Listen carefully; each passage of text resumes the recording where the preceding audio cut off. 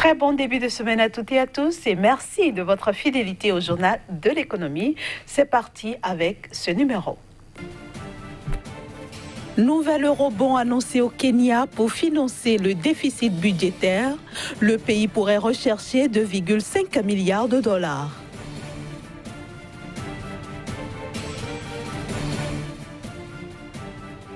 La production halieutique est restée stable au Maroc.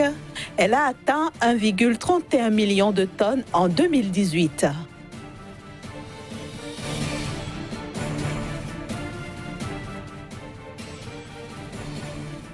Enfin, l'ONU table sur un recul de l'inflation en 2019 et 2020 en Algérie.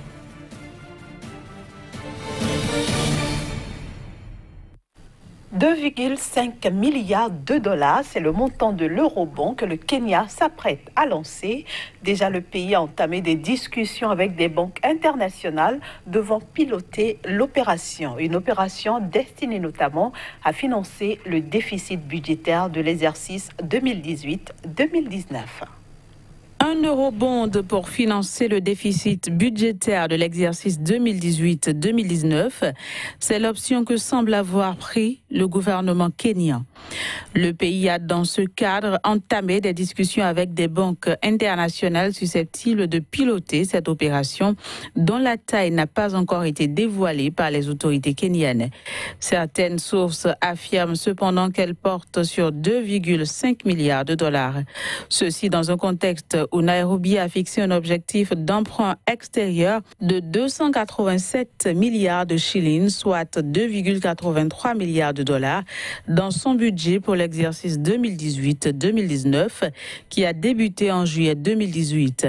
Déjà, l'opération a charmé un certain nombre de banques qui ont manifesté leur intérêt pour la piloter et présenter leurs capacités techniques au gouvernement kenyan. Pays d'Afrique de l'Est, le Kenya a vu ses emprunts extérieurs augmenté depuis l'arrivée au pouvoir du président Uhuru Kenyatta en 2013, suscitant la colère de l'opposition qui accuse régulièrement le pouvoir d'hypothéquer l'avenir des générations futures. Le pays traîne aujourd'hui une dette publique totale qui culmine à 63,2% du produit intérieur brut contre 58% une année auparavant. Néanmoins, le Fonds monétaire international soutient que le risque de défaut de remboursement de la dette du Kenya est passé de faible à modéré. En 2018, le Maroc a produit 1,31 million de tonnes de poissons. Il s'agit du même niveau enregistré par le pays en 2017. Selon l'Office national des pêches, le stock a été valorisé à 7,3 milliards de dirhams, soit 764 millions de dollars. Avec un stock global de 1,31 million de tonnes de poissons en 2018, le Maroc est resté stable dans sa production halieutique au cours des 2 dernières années. À en croire l'Office national des pêches, ce stock a permis au pays d'engranger 764 millions de dollars, soit 7,3 milliards de dirhams. Dans le détail, les captures effectuées dans le cadre de la pêche industrielle ont totalisé environ 25 905 tonnes de poissons, tandis que les pêches côtières et artisanales ont fourni 1,28 million de tonnes de produits halieutiques. Par ailleurs, les espèces les plus prisées sont les poissons pélagiques, sardines essentiellement, les poissons blancs, les céphalopodes, les algues marines et les crustacés. Avec un littoral de 3500 km, le Maroc dispose, selon les données de l'Organisation mondiale du commerce, d'un potentiel halieutique exploitable évalué à 1,5 million de tonnes renouvelables par an. Le pays est considéré comme étant l'un des principaux producteurs halieutiques africains et fait partie du top 20 au niveau mondial. L'Algérie va enregistrer un recul de son inflation à 2,9% en 2019 et à 2,2% en 2020. C'est en tout cas ce qui ressort des prévisions de l'Organisation des Nations Unies. Ces prévisions sont bien inférieures aux 4,5% que le gouvernement algérien avait annoncé. Par ailleurs, l'ONU précise qu'en 2018, l'inflation s'est établie à 3,9% au Maroc contre 5,6% en 2017.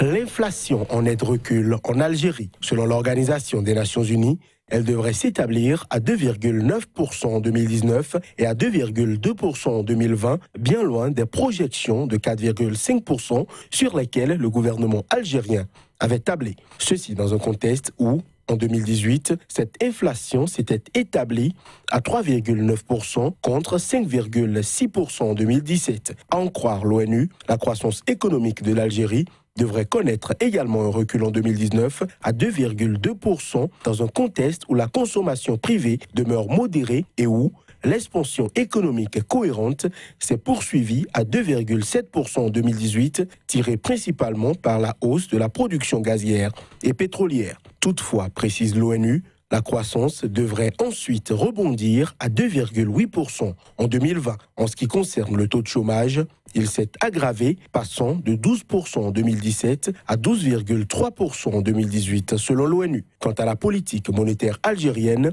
l'ONU relève qu'elle restera neutre, à l'instar de celle des autres pays maghrébins, comme la Libye, le Maroc et la Mauritanie. Parlant justement du Maroc, nous allons retourner dans ce pays, cette fois-ci pour nous intéresser au ralentissement de sa croissance économique pour l'année 2019. Et pour en parler, nous recevons sur le plateau notre chroniqueur Casimir Pédia. Bienvenue à vous. Merci, bonjour Inès. Alors, la croissance économique marocaine devrait donc ralentir en 2019. En tout cas, c'est ce que prédit le Haut Commissariat au plan. C'est bien ça, Inès. Il faut dire que la situation sur le plan international va un peu dégrader donc les ambitions du royaume chérifin. En effet, selon donc le Haut Commissariat au plan, comme vous le disiez tantôt, 2019 serait caractérisé par un ralentissement de la croissance sur le plan mondial.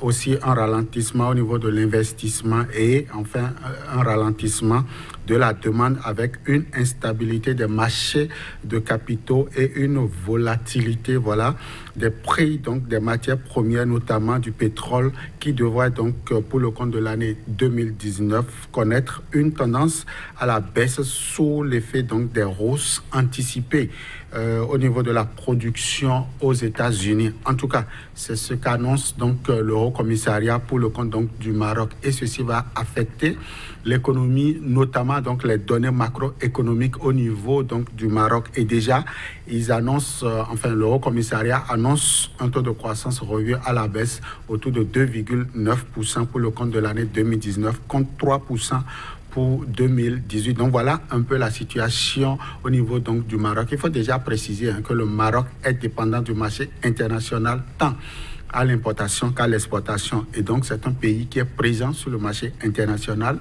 Et donc, la situation dégradante au niveau international ne peut pas donc avoir un impact négatif sur la croissance au niveau donc du Maroc. Concrètement, comment est-ce que tout ceci va être vécu dans le pays au cours de l'année 2019 ? Alors, au niveau donc du pays, beaucoup de choses seront donc à craindre déjà. Passant à l'interne déjà, la consommation, l'inflation donc va connaître une petite régression. On annonce donc un taux d'inflation de l'ordre de 1,2% contre 1,7% pour le compte de l'année 2018. Également, pour le compte donc de l'année 2018-2019, j'allais dire au niveau donc du pays, on annonce une dégradation donc de l'investissement. C'est d'ailleurs logique parce que nous venons d'expliquer que le Maroc est dépendant du marché international. Donc les investissements vont connaître donc une régression au niveau donc du pays. On annonce également que sur le plan donc des importations, un écart du rythme de croissance des importations qui devrait donc tourner autour de 6,4% contre 6,1% pour le compte de l'année 2018. Et au niveau des exportations, on annonce également un volume en nette progression sur ce plan-là. Et ceci se justifie, soit 5,9% au lieu de 4,9% en 2018. Donc voilà un peu ce qu'on peut dire en termes donc de chiffres macroéconomiques en ce qui concerne donc la régression, la petite perturbation. L'autre chose également qu'il faudrait donc ajouter à tout ceci, c'est Dame Nature qui déjà pour le compte de l'année 2019, c'est-à-dire la campagne agricole 2018-2019, s'est montré s'est montrée un peu généreuse. Je veux parler de la pluie qui a été un peu généreuse déjà courant donc novembre, octobre-novembre. Mais déjà en décembre, Dame Nature a un peu s'est retiré un peu donc au niveau du pays pour des raisons donc de réchauffement au niveau donc du climat. Donc voilà des situations qui ne vont pas permettre donc certainement aux producteurs de pouvoir mieux capitaliser. En tout cas, sur le plan agricole, on annonce aussi une régression née donc de cette situation. Voilà un peu la situation qui donc va provoquer cette chute ou bien cette régression d'environ 0,1% donc du produit intérieur brut au niveau du pays pour le compte donc de l'année 2019. Alors Kazmi Pédior, on annonce aussi un accroissement de l'endettement public global de l'économie marocaine. C'est vrai, Inès, il faut dire que donc, la conséquence première donc, de cette situation, de cette régression du Maroc sur le plan international, la conséquence donc, directe serait que le pays va devoir donc, aller solliciter un peu plus. Déjà en 2018, le pays affichait déjà un taux d'endettement donc, de 82,2%. Il faut préciser ici que la norme communautaire, voilà, la norme au niveau donc, de l'Afrique, la norme exigée par les institutions de Bretton Woods en la matière est de 110%. Or, le Maroc a déjà atteint 82,2% pour le compte de l'année 2018, ce qui donc affiche 12,2% donc de dépassement au niveau donc du taux d'endettement. Et pour le compte de l'année 2019, le Maroc va atteindre donc les 82,5%, annonce donc le Haut Commissariat, ce qui n'est donc pas favorable au pays. Au demeurant, le pays va s'endetter, certes sur le plan international, mais va accroître donc les national donc sur le plan donc du royaume. Le pays va donc injecter un peu plus de liquidité au niveau donc des épargnes pour pouvoir donc permettre, pour amortir un peu le choc qui serait donc né donc de cette régression sur le plan donc national. Et ceci, le Haut Commissariat, en tout cas selon les observateurs, il va falloir que le Marocain, pour donc freiner un peu cet élan, le Marocain puisse se nourrir donc des produits made in Maroc pour un peu donc faire face à la crise. Le Maroc donc va produire un peu plus, va consommer ses propres produits, va limiter donc les importations pour permettre donc à la trésorerie de mieux se porter. Voilà un peu donc ce qu'on peut dire en termes donc d'endettement pour le compte de l'année 2019 au niveau du royaume chérifin. Alors, au regard de tout ceci, Kazmi Pédior, est-ce qu'on peut dire qu'il fera beau vivre au Maroc en 2019? Oui, Inès, on peut le dire, il fera beau vivre au niveau donc du royaume chérifin, surtout que c'est un pays touristique. Il ne faudrait pas que donc cette situation puisse donc décourager les destinations au niveau du pays. Ce n'est que des données macroéconomiques, ce n'est qu'une prévision. Le Maroc est un pays qui sait donc amortir ces chocs-là et donc il fera beau vivre. Le Marocain va donc continuer par vivre avec son train de vie pour le compte de l'année 2019. C'est au niveau donc des données, au niveau du royaume, pour ne pas dire au niveau de l'État central, que donc le choc sera ressenti et sera amorti, car l'État sait donc concilier donc ces différents chocs-là. Et certainement que la situation sur le plan international ne va pas davantage dégrader, même si les pays de l'OPEP, à savoir l'organisation des pays exportateurs donc de pétrole, ne viendra pas davantage dégrader la situation, car il ne s'agit pas que du Maroc ici, il s'agit de l'Afrique, il s'agit également des pays